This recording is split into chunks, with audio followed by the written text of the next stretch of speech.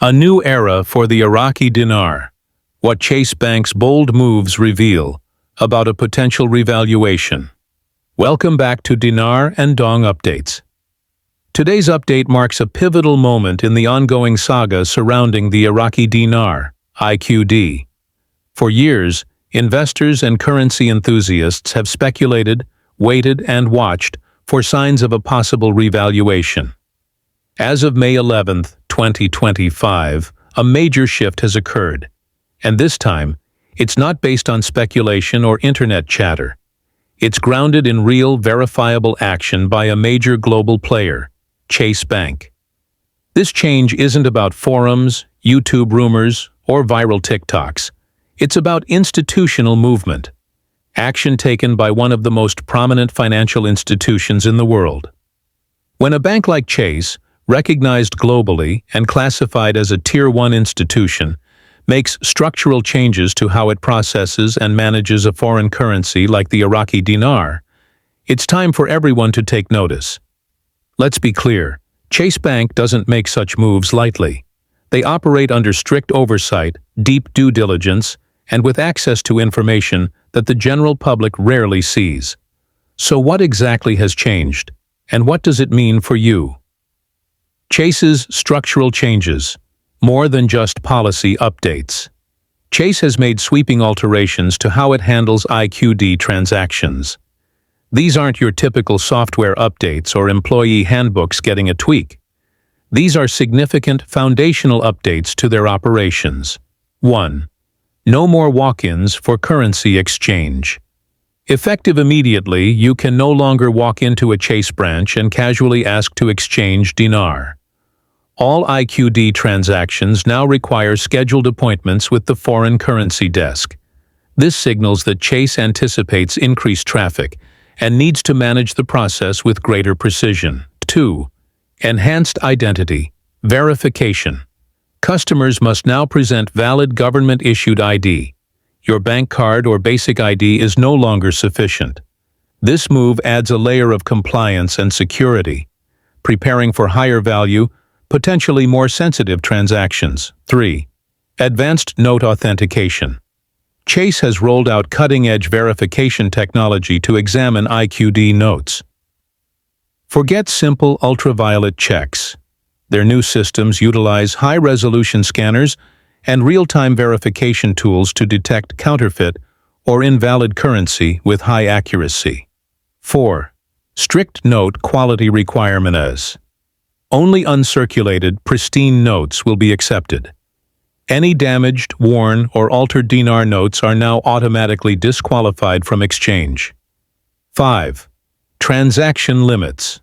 Imposed individuals are limited to exchanging a maximum of 5 million IQD per appointment. This isn't about restricting customers. It's a volume management strategy, suggesting Chase expects a significant increase in exchange activity. These changes collectively point to one reality. Chase is getting ready, not retreating. They're preparing their systems, teams, and infrastructure for something substantial and potentially imminent. Floating operational rate. A game changer in language and intent. One of the most notable developments is a shift in terminology. Chase is now referring to the dinar using the term floating operational rate. This is not just a semantic change. For years, U.S. banks have strictly adhered to the official exchange rate, date established by the Central Bank of Iraq. By using language that hints at rate variability, Chase is signaling an openness to real-time market adjustments. Why would a major U.S. bank prepare for exchange rate fluctuations unless it expects that such shifts are likely? The concept of a floating rate aligns closely with how global currencies are handled once they reach broader international recognition and tradability. This suggests that Chase is anticipating, if not outright planning for, a major revaluation or market-driven adjustment. Legal disclaimers. Preparing for a post-RV landscape. Perhaps the most striking sign of change is the introduction of a new legal disclosure for customers exchanging Iraqi dinar. This document includes a specific clause that states, If the IQD increases in value after you've completed your exchange, the bank is not liable or obligated to compensate for the difference. This kind of preemptive legal shielding isn't standard. Banks only introduce such disclaimers when there's a real possibility of customer disputes. In this case, people demanding higher payouts if a revaluation happens shortly after they've exchanged. Chase's legal team wouldn't go through the effort of drafting and deploying these forms unless serious, high-level discussions or internal intelligence indicated a non-trivial risk of rapid valuation change. Again, this isn't YouTube speculation. This is institutional foresight. Ripple effects across the banking sector. Chase may be the first major bank to implement these procedures, but they likely won't be the last. Insider reports suggest that Wells Fargo and Bank of America are now closely watching Chase's steps. While they haven't publicly announced similar changes, internal conversations are reportedly underway. Historically, when Chase leads, others in the industry follow. This could represent the beginning of a system-wide shift in how U.S. banks handle and perceive the Iraqi dinar, transitioning from a fringe, speculative asset into a recognized, legitimate currency ready for broader market participation. Iraq's economic revival, the bigger picture. To understand why this might be happening now, we need to zoom out and look at Iraq's progress. Over the last 2 years, the country has taken decisive steps to modernize its financial system and gain global economic standing. Iraq is making steady progress toward full WTO membership, which would integrate it more deeply into the global trade and monetary system.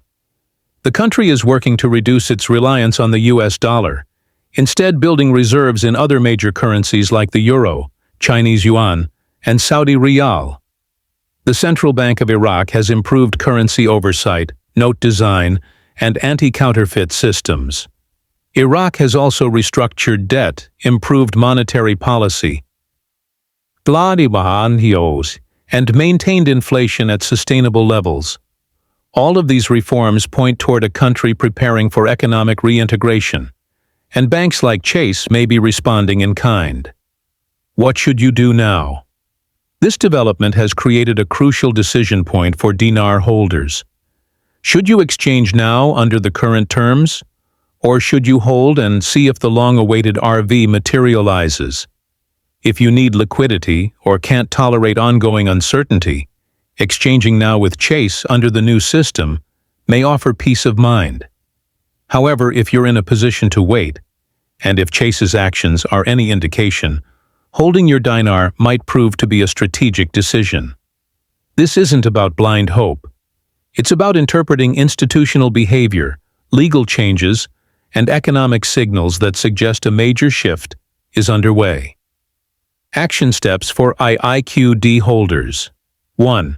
Call your local Chase branch. Ask specifically for the foreign currency department, not general banking staff. These specialists are trained under the new policy framework. 2. Schedule your appointment early. With appointments required and demand potentially increasing, secure your slot now before availability dries up. 3. Inspect your dinar notes. Ensure they are clean, crisp, and undamaged. Notes that are worn or torn will be rejected. 4. Confirm the source of your dinar.